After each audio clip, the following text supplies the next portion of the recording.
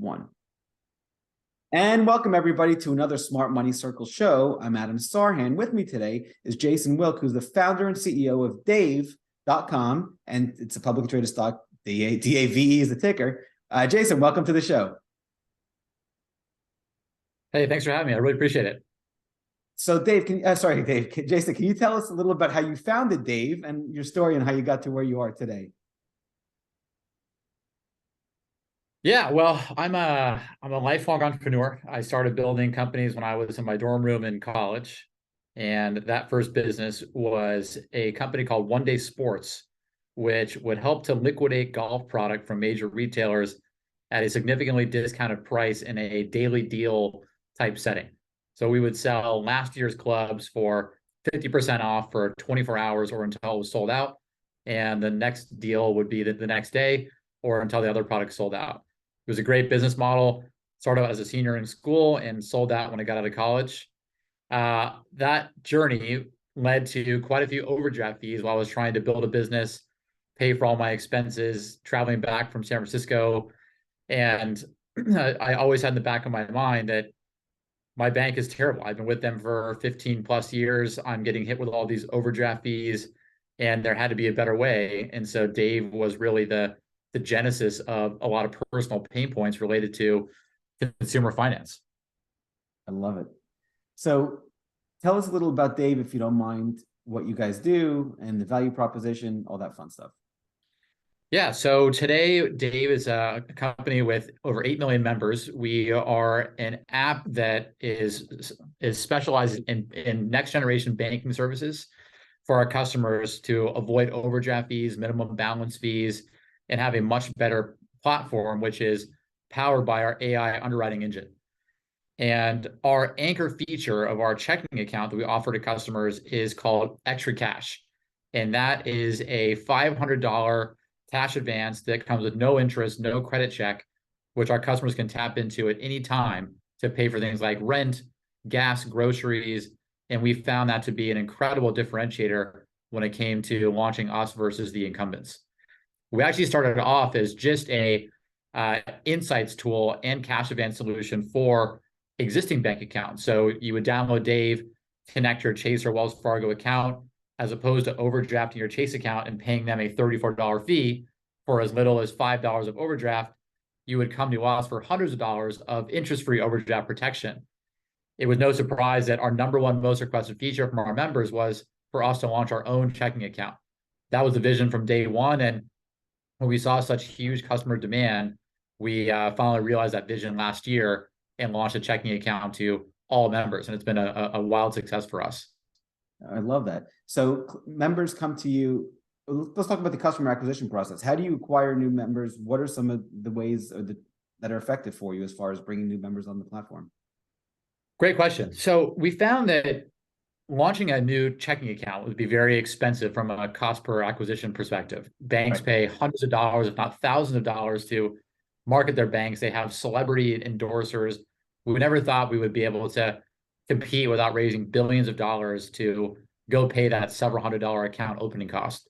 Right. We had seen many other neobanks launch before us and not be successful either.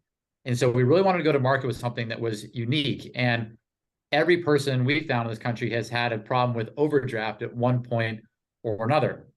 What we found, though, with the unique innovation of Dave was that customers actually like overdraft. They just hate the idea of paying a $34 fee to their bank and sometimes upwards of $100 per day. Right. So we basically launched a more of a Trojan horse approach, where as opposed to launching the full checking account and spending all this money on employees and infrastructure and all that, we would just focus on overdraft protection as our first product. Got it. And at the time we launched, there was this brand new technology called Plaid, which helped you connect to people's external accounts. And I figured, my bank, I'm with them for 15 years. I have enough transactions going in there. They know I'm a low risk customer. Why do they have to charge me such a huge amount of money when they know that I'm good for it? Right. And so that was really the impetus. We said, we're gonna give you that overdraft protection for free. We're going to use your transaction data from your account and put that into an AI model to spit out effectively a risk score if you're good to pay us back. And we've had wild success with that. We've had over 65 million people or sorry, 65 million cash advances taken out from Dave since we launched 5 years ago across our 8 million members. And we are originating billions of dollars per year to help people and are saving customers billions of dollars in the meantime. That approach of focusing on overdraft protection led to us having a CAC of about $15 to $20 compared to the hundreds of dollars at a bank. Got it. And someone engaged with our overdraft protection product, their likelihood of wanting to open up and use our checking account is very strong. So just so happens that our model is so much more efficient than the incumbents. It allows us to keep our cost structure low and keep our prices a fraction of the incumbent banks, which is why we're being so successful. Yeah, no, that makes perfect sense. And then you also offer other things as well, like the side hustle and things of that nature. Can you speak to that a little bit, please? Yeah, so we sensed a theme around the things that we were building. We were really helping save and put more money back in people's pockets. When you think about the $34 overdraft fees, on average, about $400 was what our customers were paying in overdraft fees per year to their bank. Wow. Combined with minimum balance fees, it was all about really helping people do a better job between paychecks. So we launched a couple of ancillary products to help people with that. One called Side Hustle, which helps connect our members to the gig economy. We found many of our members through our data that they were driving for places like Uber and Lyft. So we decided to expose all the other opportunities out there, from DoorDash to Instacart and a dozen other opportunities out there. I think we have 35 different places now. And that helps our members make more money, puts more money back in their pocket. And we found that to be a great addition. Nice. We also, in addition to extra cash and the checking account, we have a goals account, which is a savings account where you can set up multiple targets to help you achieve certain things in life, like paying off your hospital bills or saving up for a house, you name it. So we feel we're very full featured now at this point, but we're still going to market with that extra cash differentiator, which brings customers in the door cheaply and gets them highly engaged. Yeah, no, that makes perfect sense. So let's talk about, you mentioned risk. So that's kind of perfect segue to my next question. Can you talk a little about risk management, what mistakes you see people make from a business standpoint, consumer standpoint, any direction you want to go? I'd say risk is very important, which is why we've spent a lot of time on our underwriting engine. When we first started the business, we had this amazing value prop, obviously, which is, hey, we'll give you free money as opposed to your bank, which is charging you. Right. But that did come with a cost. We were losing about 25 cents on the dollar for what we were giving out to members. But pretty quickly on, after we started developing our engine, we've gotten those loss rates down to around 2%. And we're doing that at massive scale. And we've been able to 5x the limit we can give out to customers to protect them between paychecks. So I'd say really focusing on the underwriting to be long-term and efficient is helpful. And then certainly making sure that you're paying close attention to things like fraud and other parts of risk management. I love it. So Jason, you've started many businesses and you're now running Dave. You have a lot of experience. So what are some timeless lessons you'd like to share with the audience, please? Let me think about that. So, I'd say that one of the biggest things for me is to be a really calm leader. I think especially going through times of uncertainty, we're living in a very uncertain world. And I find that people look to you for a sense of security. So, having a really strong mission, vision, strategy, which you can always point back to, and really not getting too anxious in the moment when things aren't going your way, because entrepreneurship is such a life of ups and downs. You just have to be pretty calm through it. I find that to be one of my strengths with regards to leadership. I love that. And then what are some timeless mistakes you see people make and how do you avoid them? I mean, there are plenty of mistakes. I mean, I'd say the first one is really around hiring. Okay. I'd say there's so many different mistakes you can make in hiring, using your sort of gut judgment or using your being sort of tricked by someone's personality. You really have to have a very clear job description and make sure you're hiring the person that best meets that job. There are lots of things that get people distracted and make the wrong decision. And then the second mistake on the back of that, I think, is when you find there's a misfit in a hire, making a move faster to correct it and parting ways with that person when it might not be a fit for you or for them. the longer you let it go on to be nice, or you're actually, actually not doing either of the parties a favor. Right. So that you see a mistake, basically, if it's not working, the faster you deal with it, the better, so it doesn't turn into Godzilla and eat the whole thing. Yeah, So and I can't tell you how many other people give me that same advice as well. it's great. It's a really, really keep your losses small. I mean, it's great advice. It's even for trading and investing, same thing applies. Yeah. So, Jason, let's talk about leadership. You mentioned staying calm. What are some other attributes that make a great leader? Well, I think it really comes down to building a great team, and a really great team that can not only execute on a plan, but is really great at planning. We spent a lot of time at the company developing our OKR strategy, which takes a really good amount of time to get set up.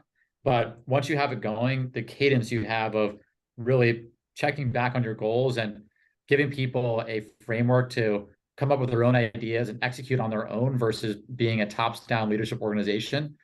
I think a good leader can really set a high-level strategy, a high-level vision and mission, but ultimately, it can't be up to you to go out and build all these things on your own. You have to have a great team that feels empowered, and you'd be surprised when you give people the ownership, the types of great concepts and ideas they come up with. Yeah, I love that. So let's talk about that for a second, if you don't mind. How do you deal with the different personalities, and building a great team is such a huge part of winning and part of the equation.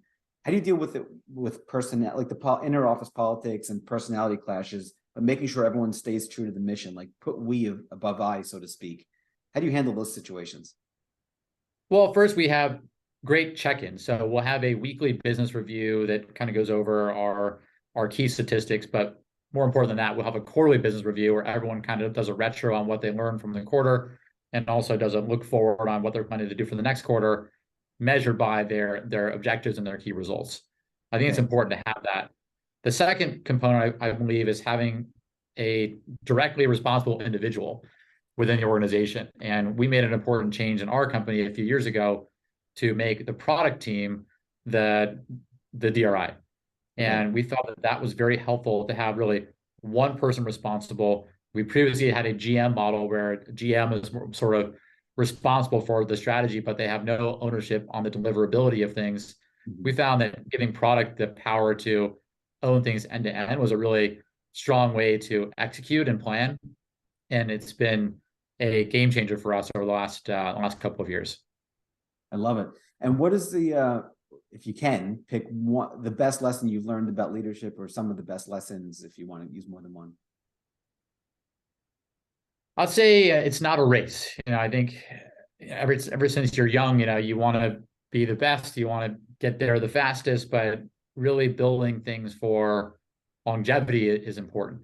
And the other part of it's not a race is that you can oftentimes get very distracted by what VCs are investing in, what your competitors are doing. But oftentimes you find that you wake up in a few years and realize that those guys are not even correct, and you wasted time chasing something. And so I'd say you really have to, again, go back to that strategy, find what really fits within that.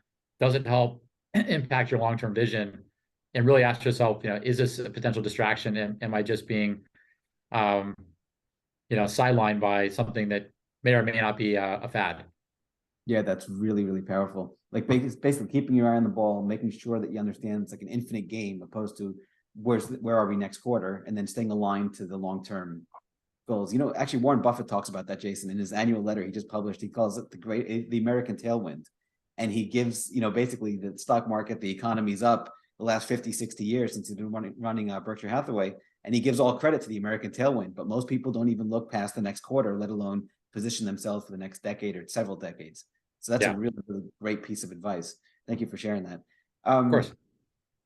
Let's talk about adversity. I know great leaders, great successful people overcome adversity. Most people do it, they hit a wall, then they stop because it's painful and they fail. But successful people like yourself overcome adversity. Can you give us an example of some kind of obstacle you've overcome and how you handle adversity, please? Yeah, well, I think going back to the origins of Dave, I was a semi-successful founder. I just sold my most recent company for a great return for my shareholders. I was pivoting to a brand new industry that I had no experience with, which was fintech. Having said that, even after we had product market fit with Dave, it took me over 130 meetings to close our Series A. We Wow. had great opening stats, but trying to convince investors who had never had an overdraft fee in their life that this is something important for American consumers was so painful to get done.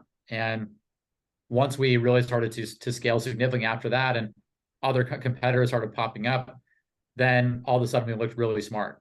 And so it's easy. It would have been pretty easy to give up at that point and recognize that investors don't care about this problem. But yeah, we got the business all the way as high as a $5 billion valuation. We scaled to millions of customers, and we built a heck of a business. So everybody who passed on us at that stage really regrets it.